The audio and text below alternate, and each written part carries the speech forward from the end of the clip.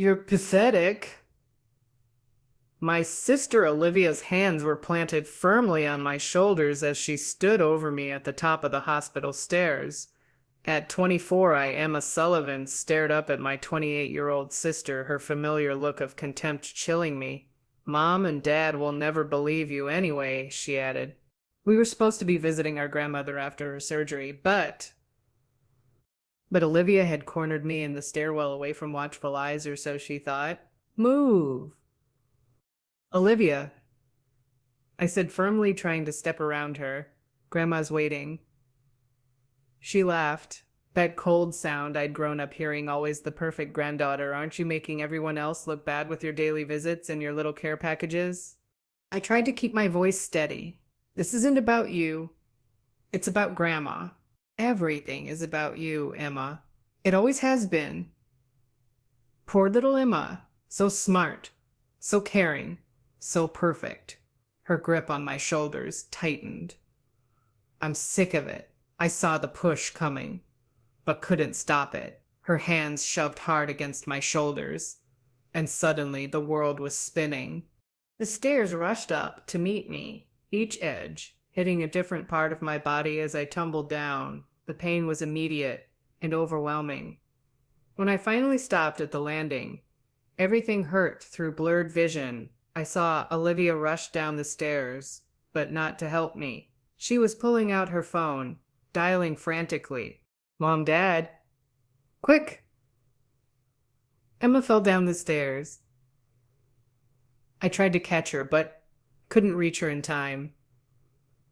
I wanted to tell the truth, but the pain in my ribs made every breath agony. Within minutes, my parents burst through the stairwell door, rushing to us. Oh my God, Emma, Mom cried out. But she went to Olivia first, hugging her. You poor thing, you must have been so scared watching your sister fall. Dad knelt beside me, his face stern. Emma, what were you thinking? Running in a stairwell at your age. I managed to whisper through the pain. I didn't. Olivia pushed, I said. Don't you dare, Olivia cut in, tears streaming down her face. Perfect. Calculated tears. I tried to save you. How can you lie about this? Mom's face hardened and must stop it. Your sister is traumatized enough without you making up stories. The door burst open again, this time revealing a medical team led by a tall woman in scrubs. Her name tag read head nurse Mares. What happened here? She demanded, kneeling beside me. Before anyone could speak, a younger nurse rushed in. Nurse Mares, you need to see this. She was holding a tablet, her face grave. Not now, my mother interrupted. Our daughter had an accident. She was running and fell down the stairs. Her sister tried to catch her. Nurse Martinez's eyes narrowed slightly. She looked at the tablet, then at Olivia, then at me. Something in her expression shifted. Mrs. Sullivan, Mr. Sullivan, I need you to step back. We have to examine your daughter. Her tone left. No room for argument. As the medical team worked, I heard Nurse Martins speaking quietly into rephone security. I need the footage from stairwell B. Last 10 minutes. Yes. Send it directly to Dr. Kane and contact hospital administration. My sister's face went pale. What footage? That's when we all noticed it. The small security camera in the corner of the stairwell, its red light blinking steadily. It had captured everything. Standard hospital security nurse smartness, said calmly, though her eyes were steel. Every stairwell was monitored for patient safety, of course. This is a family matter, my father began, but the nurse cut him off. Sir, what I just witnessed on that security feed is assault. This isn't a family matter anymore. Olivia's tears dried instantly. You can't prove anything. Camera footage doesn't lie. Nurse Martin has replied. Unlike some people, as they loaded me onto a stretcher, I saw my sister's perfect facade cracking. My parents stood frozen, their world of carefully maintained appearances beginning to crumble. Nurse Morris leaned down close to me as they wheeled me out. "You're safe now," she whispered. "We won't let them sweep this under the rug." For the first time in years, I believe someone might finally see the truth behind my family's perfect image. But as they rolled me to the emergency room, I caught one last glimpse of Olivia's face. This wasn't over, not by a long shot. The security camera had caught everything, but that was just the beginning of what it would reveal about our family's darkest secrets. The emergency room was a blur of activity. X-rays revealed 2 broken ribs, a sprained wrist, multiple contusions. As the doctors worked, I could hear my parents in the hallway, their voices rising in desperation. "This is ridiculous." My father's voice boomed. "We're not allowing our daughter to be interrogated like a criminal. Your daughter pushed her sister down a flight of stairs." Nurse Marais replied calmly, "The police have already been called. It was an accident." My mother insisted, "Family matters should be handled within the family." Through the curtain, I saw Nurse Marais step closer to them. "Mrs. Sullivan, in the past hour we've reviewed security footage from previous visits. This wasn't the first incident captured in the stairwells." The silence that followed was deafening. My heart stopped. 3 months prior, they had discovered the other videos. Olivia had accidentally pushed me into the wall outside Grandma's room. 2 months before that, she had tripped me near the water fountain. These minor incidents always had witnesses, with my parents nearby to dismiss my claims and offer comfort, followed by Olivia's dramatic distress.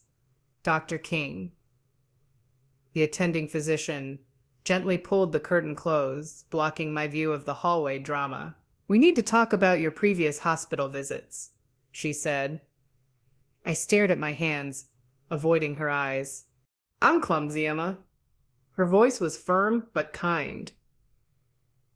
"We have 6 documented accidents in the past year alone, all with your sister present. I'll dismiss as your fault." Tears started rolling down my cheeks. "You don't understand my parents. Your parents aren't in charge anymore." She interrupted. "You are an adult, Emma, and we're mandated reporters. This stops today." Detective Morris arrived shortly after, a kind-faced woman with steady eyes and a notebook as she interviewed me. Pieces of my family's carefully constructed. Ed began to crumble. "Has your sister always been violent towards you?"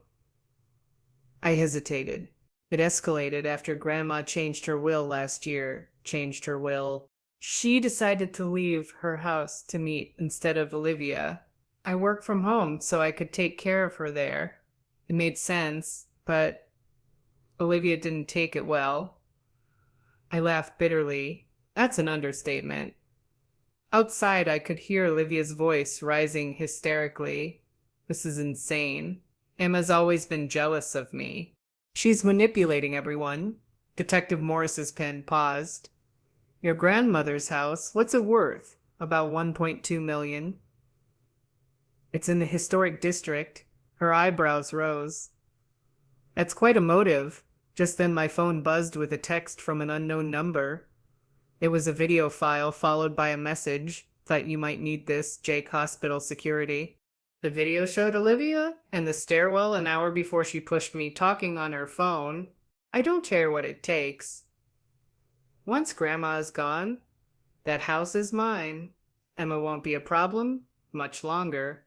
One more accident should convince her to give up her claim." Detective Morris watched the video, her expression hardening. She took one look at me lying in a hospital bed, then turned to my parents. "How long have you been covering for Olivia?" "Mother," my mom started, but Grandma cut her off. "I've watched you dismiss Emma's injuries for years." I said nothing, hoping you'd finally see the truth. But this? She gestured at the security footage playing on Detective Morris's tablet. This ends now. Olivia stepped forward, her face a mask of innocence. Grandma, you don't understand. I understand perfectly. Grandma snapped. I understand that money and jealousy matter more to you than family. I understand that your parents have enabled your behavior until it escalated to attempted murder. I should have done something sooner, but we both knew this wasn't over. As they wheeled me up for more tests, I caught one last glimpse of my parents huddled together in the hallway. Their world of denial finally crumbling around them. The security camera had caught more than just a push down the stairs. It had captured years of family secrets, and now there was no going back. 6 months later, I stood in front of Grandma's house, my house now watching the morning sun illuminate its Victorian details. The bruises had healed, but the changes in my life were permanent, and mostly for the better. Olivia had taken a plea deal, 2 years in prison with mandatory counseling. My parents, faced with overwhelming evidence of their enabling behavior, were ordered to attend family therapy. They hadn't spoken to me since the hospital, except through their lawyer. Tea's ready. Grandma called from the wraparound porch. She'd moved in with me during my recovery and decided to stay. Her surgery had been successful, and together we transformed the house into a true home. As I joined her on the porch, a familiar car pulled into the driveway.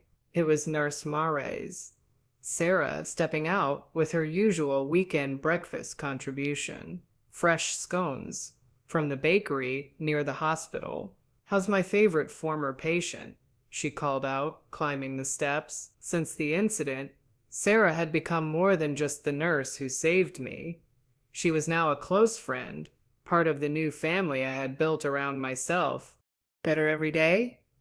I replied, helping her with the bakery box. The therapy's really helping. We settled into our usual Sunday routine: tea, scones, and conversation on the porch. It had become a healing ritual of sorts. Have you heard from them? I asked. Sarah asked carefully. Knowing the weight of the question, I nodded. Mom sent an email yesterday. They want to meet to talk. Grandma's teacup clinked sharply against its saucer. And what did you say? I agreed, but on my terms at Dr. Thompson's office. With her present, Dr. Thompson, my therapist, had helped me understand that healing didn't mean forgetting. It meant setting boundaries and making choices that protected my well-being. Olivia's been writing too. I added quietly, from prison. I haven't opened the letters yet. Sarah reached over and squeezed my hand. You don't have to. Not until you're ready. The stack of unopened letters sat in my desk drawer, each one a reminder of how far I'd come and how far I still had to go. The meeting with my parents was scheduled for the following week. As I walked into Dr. Thompson's office, I felt stronger than I had in years. My parents sat stiffly on the couch, looking smaller, somehow less intimidating than I remembered. And my mom started, her voice cracking. We've been doing a lot of work in therapy, understanding our part in what happened. Dad couldn't meet my eyes? We failed you. We chose to believe what was convenient rather than what was true. Yes, I said simply, you did. We want to make things right. Mom continued, we want to be part of your life. Again, I took a deep breath. That's possible. But it has to be different. I'm not that scared girl anymore. Hoping you'll finally see the truth. I have boundaries now and expectations. Dr. Thompson nodded. Encouragingly, as I continued, I won't pretend the past didn't happen. I won't smile and play happy family at holidays while ignoring years of trauma. If you want to be in my life, you need to acknowledge what happened and work to change, really change. My father finally looked up. And Olivia, when she gets out, that's not my problem. I said firmly, my safety and well-being come first now. She does the work, gets help, shows real change, maybe someday, but I'm not making any promises. When I got home that evening, I finally opened one of Olivia's letters. Her words were different from what I expected. Less manipulation, more raw honesty. Present therapy seemed to be having an effect. I never saw myself as the villain, she wrote. I was so consumed by jealousy and entitlement that I convinced myself you deserved it. I'm not asking for forgiveness. I'm not even asking for a relationship. I just want you to know that I understand now what I did, and I'll spend the rest of my life trying to be better. Standing on the porch where this new chapter of my life had begun, I watched the sunset paint the sky in shades of hope. Sarah's words from the hospital came back to me. You're safe now. She had been right. The security camera hadn't just captured evidence of abuse. It had captured the moment I finally broke free. Finally liberated from fear, denial, and the toxic family dynamics that had long controlled my life. I found solace. Grandma joined me on the porch, 2 cups of tea in hand, a silent acknowledgement of my journey. Proud of you, kiddo, she said, as I accepted the offered cup with a smile. You know what I'm proud of? Me too, I replied. The house, once a source of conflict, now stood strong behind us, a powerful symbol of survival and new beginnings. The security camera had captured everything, yet its true capture was the dawn of my liberation. It taught me a profound truth. Sometimes the best family isn't the one you're born into, but the one you choose to build from the ashes of what once broke you. That's the essence of hitting rock bottom once you're there. The only way forward is up.